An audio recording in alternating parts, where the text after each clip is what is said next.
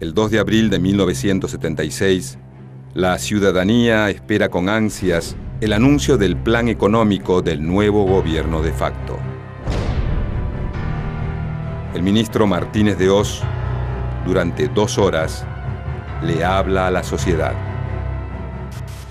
Me corresponde asumir la responsabilidad del Ministerio de Economía de la Nación en el curso de una de las peores crisis económicas que ha padecido nuestro país, quizás la peor. Para revertir la situación actual en el menor plazo posible, todos los argentinos, sin distinción, deberán poner su esfuerzo y realizar su contribución.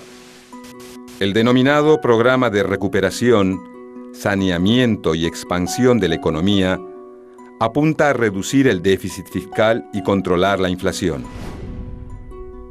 Pero las medidas de tinte neoliberal terminarán provocando la destrucción del Estado industrialista e interventor.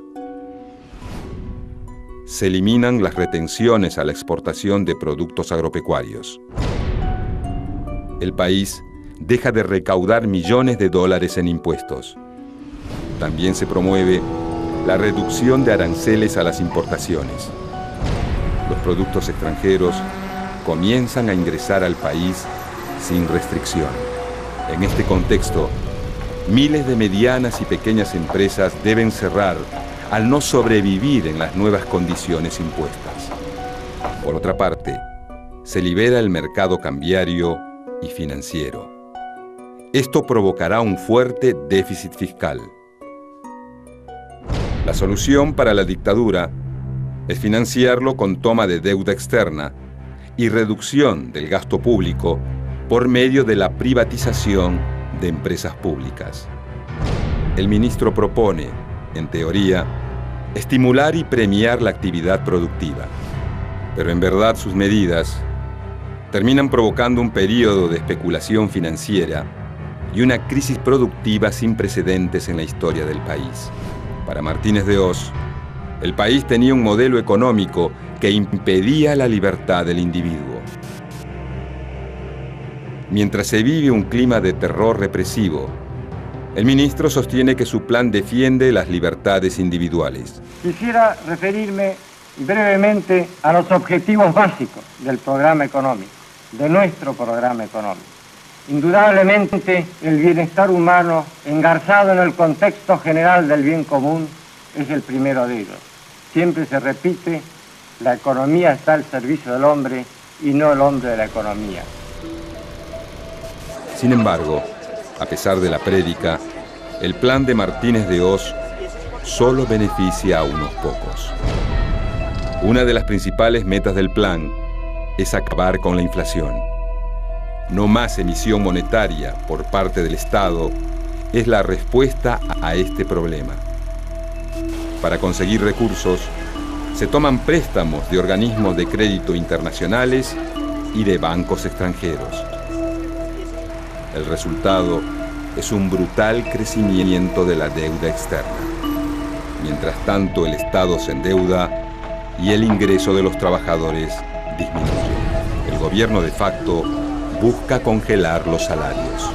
Para eso, suspende las negociaciones paritarias entre los sindicatos y los empresarios.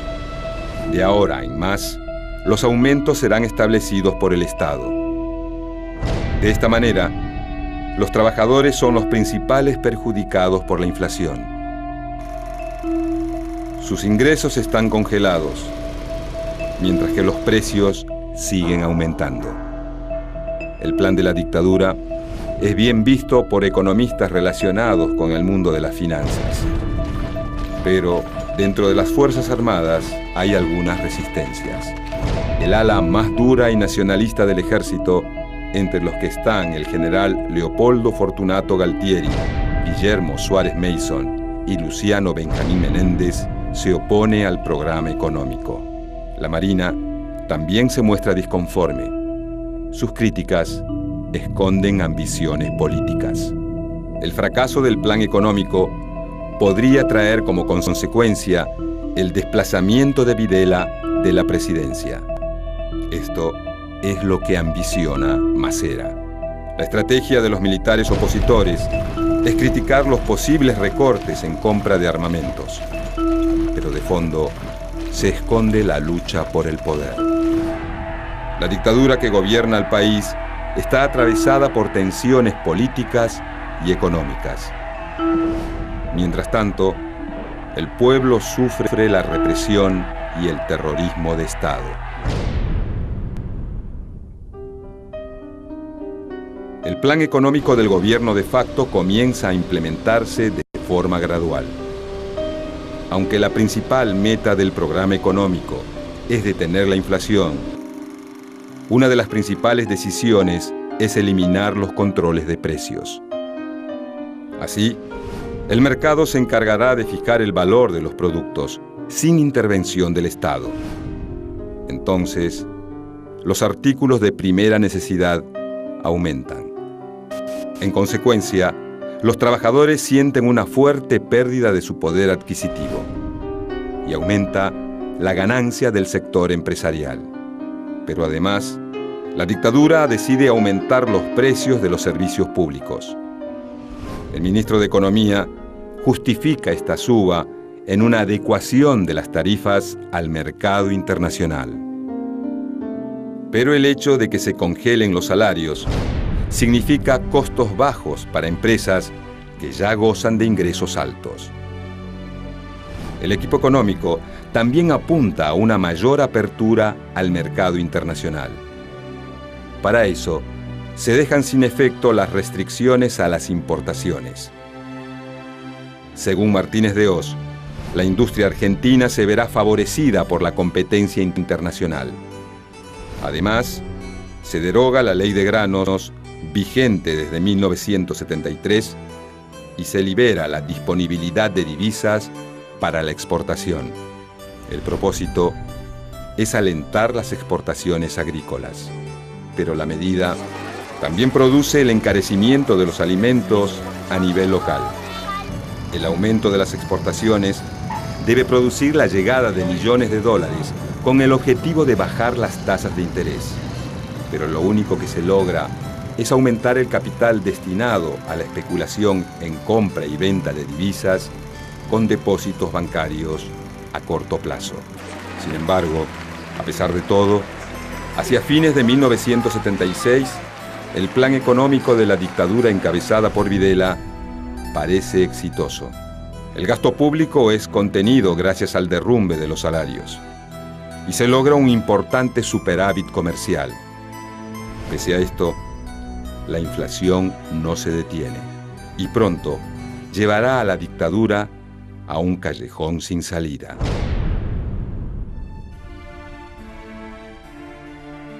En mayo de 1977, el gobierno de facto encabezado por Videla anuncia una serie de medidas que terminarán perjudicando a miles de ahorristas y pequeños empresarios. Se anuncia entonces la reforma del sistema financiero. Se liberan las tasas de interés y se descentralizan los depósitos de las entidades extranjeras. Esto posibilita el ingreso indiscriminado de dinero desde el extranjero. El Estado pasa a ser el garante de los depósitos. En consecuencia, durante los siguientes 3 años, las entidades financieras se multiplican. Surgen locales en los barrios que buscan atraer a miles de pequeños ahorristas quienes son tentados por las altas tasas de interés. Pero existe un problema. El Estado garantiza pero no controla al sector financiero. El riesgo de perder todo es muy alto. Sin embargo, nadie parece prestar atención a eso. A los pequeños y medianos empresarios les conviene cerrar sus fábricas. Ganan más dinero con la especulación financiera que con el trabajo productivo. Los recortes en la emisión de moneda y el congelamiento de los salarios no dan resultados. Mientras muchos ganan con la especulación, el desempleo aumenta, la inflación no da tregua y corroe el poder adquisitivo de los asalariados. En mayo de 1978, el gobierno de facto intenta revertir la situación. Se decide que el valor del dólar sea ajustado por el mercado internacional de divisas. Martínez de Hoz cree que esto detendrá la suba de precios, pero sucede todo lo contrario. La inflación crece al 8% mensual. Mientras tanto, el valor del dólar desciende. Esto provoca que bajen las exportaciones y que disminuya el ingreso de divisas a la Argentina. En 1979, al cumplirse 3 años del gobierno militar, la situación es grave. Al problema de la inflación se le suma el estancamiento de la producción industrial. En un gesto desesperado, la dictadura toma una decisión. Resuelve controlar el tipo de cambio. Se instrumenta un sistema de devaluaciones mensuales prefijadas. Se conoce popularmente como la tablita. Consiste en que cada mes el valor del dólar irá variando según una tabla que publica el Ministerio de Economía con antelación. De esa manera, el gobierno pretende igualar la inflación local a la internacional. Además, se profundiza la apertura comercial. Los productos importados tienen más facilidades para entrar al país. Pese a los pronósticos, la inflación sigue disparándose. En un año, los precios suben un 163%. La industria nacional es severamente castigada por el nuevo sistema. Aquellas empresas que no pueden competir con los productos importados cierran. Otras optan por transformarse en importadoras. Ante esta situación, muchos argentinos tienen que recurrir a distintas estrategias para sobrevivir. La parálisis de la industria nacional hace que proliferen los kioscos, los taxis y la venta de artículos importados. Aumenta en forma considerable el llamado cuentapropismo. Miles de argentinos sueñan con convertirse en empresarios, pero la crisis llevará a la mayoría de esos emprendedores al fracaso. La situación es grave. Para colmo, no existe posibilidad de manifestarse para pedir un cambio de rumbo. Los sindicalistas sufren amenazas ante cualquier atisbo de protesta y la actividad política está prohibida. Las colas frente a la iglesia de San Cayetano crecen año tras año. Se pide pan y trabajo. Mientras el ministro habla de modernización de la economía, los trabajadores sufren la pobreza y el desempleo.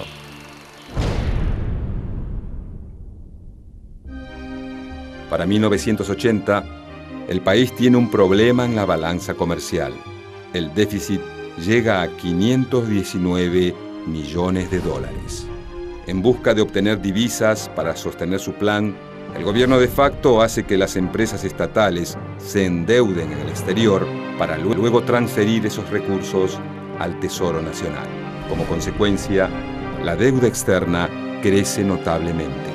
El equipo de Martínez de Hoz, que sigue los lineamientos surgidos en la Universidad de Chicago, empieza a acusar a las empresas estatales de ser ineficientes. Se las culpa por ser responsables de los problemas de financiamiento del país. Se plantea entonces un proceso de privatizaciones, pero Martínez de Hoz no consigue el respaldo total de las Fuerzas Armadas. Macera, Galtieri y Menéndez, que aspiran suceder a Videla, se oponen. Sin embargo, el ministro consigue transferir hospitales y escuelas a las provincias para reducir el gasto público. Se intervienen las obras sociales y se reducen sus prestaciones. Por primera vez en 30 años, el acceso de los trabajadores a la salud se convierte en un problema.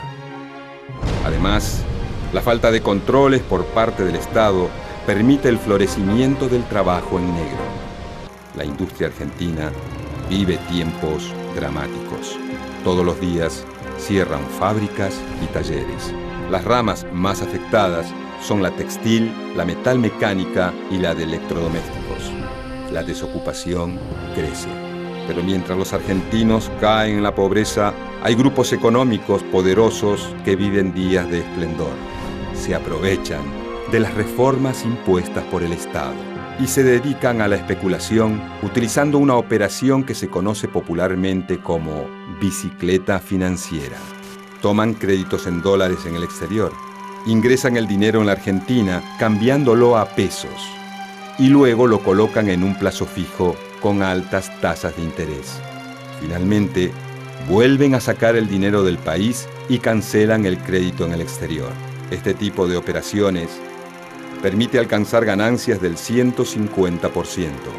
Con un simple movimiento de dinero se genera un negocio altamente lucrativo, pero el que paga la fiesta especulativa es el Estado. Este debe endeudarse para poder conseguir los dólares que terminan llevándose grupos que no producen ni dejan nada en el país. Para colmo, los ingresos en impuestos caen drásticamente, producto de la crisis y el crecimiento de la economía en negro. Pero un cambio en la situación económica internacional terminará de complicar las cosas.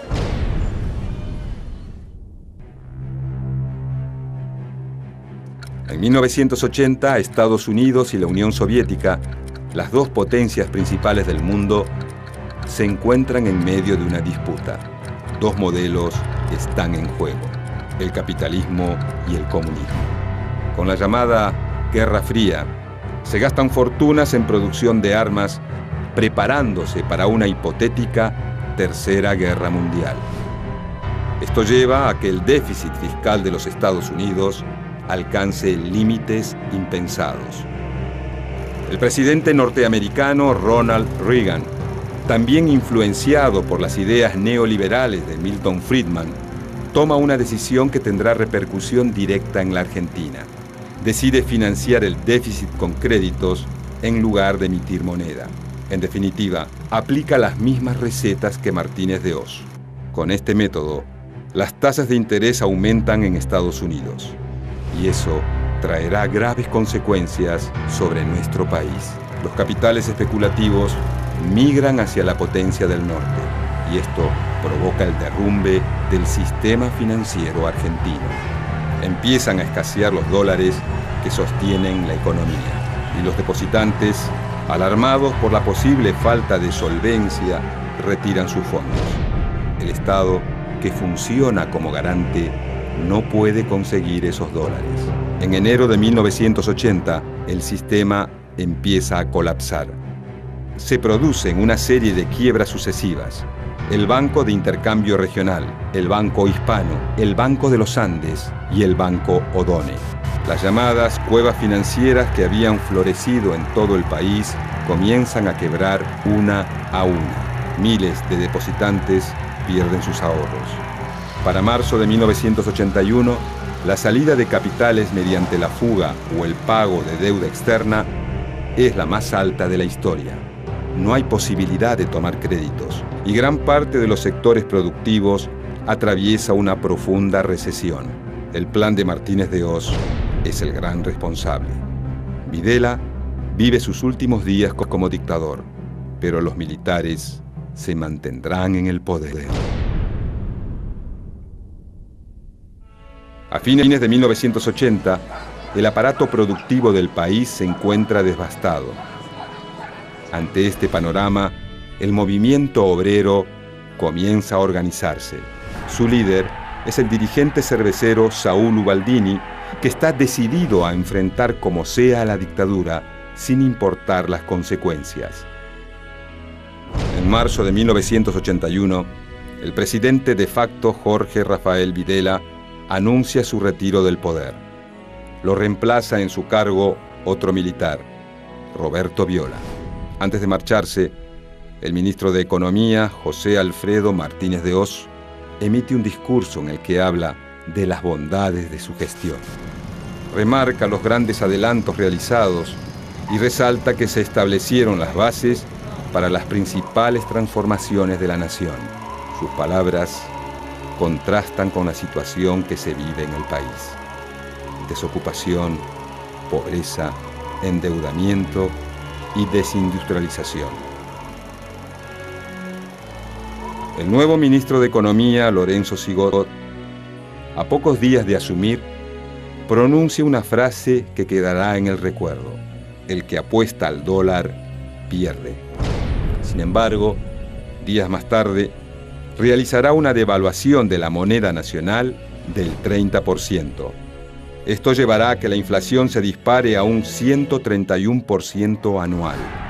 La CGT, encabezada por Ubaldini, se vuelve la cara visible de la resistencia a la dictadura.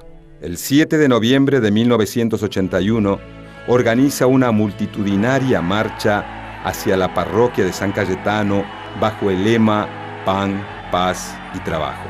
Esta es la primera manifestación pública de rechazo a la dictadura militar y su política económica. El final de la dictadura se acerca.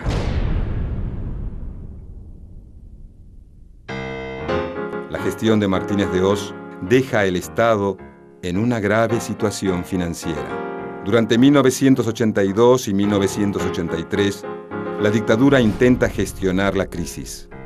Busca soluciones a corto plazo para frenar la inflación, pero no tiene éxito. En 1983, en medio de una grave crisis económica, se abre una esperanza. Se produce el ansiado regreso de la democracia. Raúl Alfonsín asume el poder y se enfrenta a un desafío: desarmar el modelo económico instaurado por los militares. Pero sus intentos son inútiles. El contexto internacional es adverso a la Argentina. Las ideas neoliberales se imponen en el mundo. Además, Alfonsín debe enfrentarse a los grupos económicos que se consolidaron en los últimos años. El final de este proceso fue la hiperinflación con la que concluyó el gobierno radical en 1989. Ese es el prólogo a la vuelta del neoliberalismo. Durante el gobierno de Carlos Menem, el mercado vuelve a tener potestad para todo. Domingo Felipe Cavallo es el ministro encargado de retomar las ideas de Martínez de Hoz. Los grupos económicos que pisaron fuerte durante la dictadura salen ganando otra vez.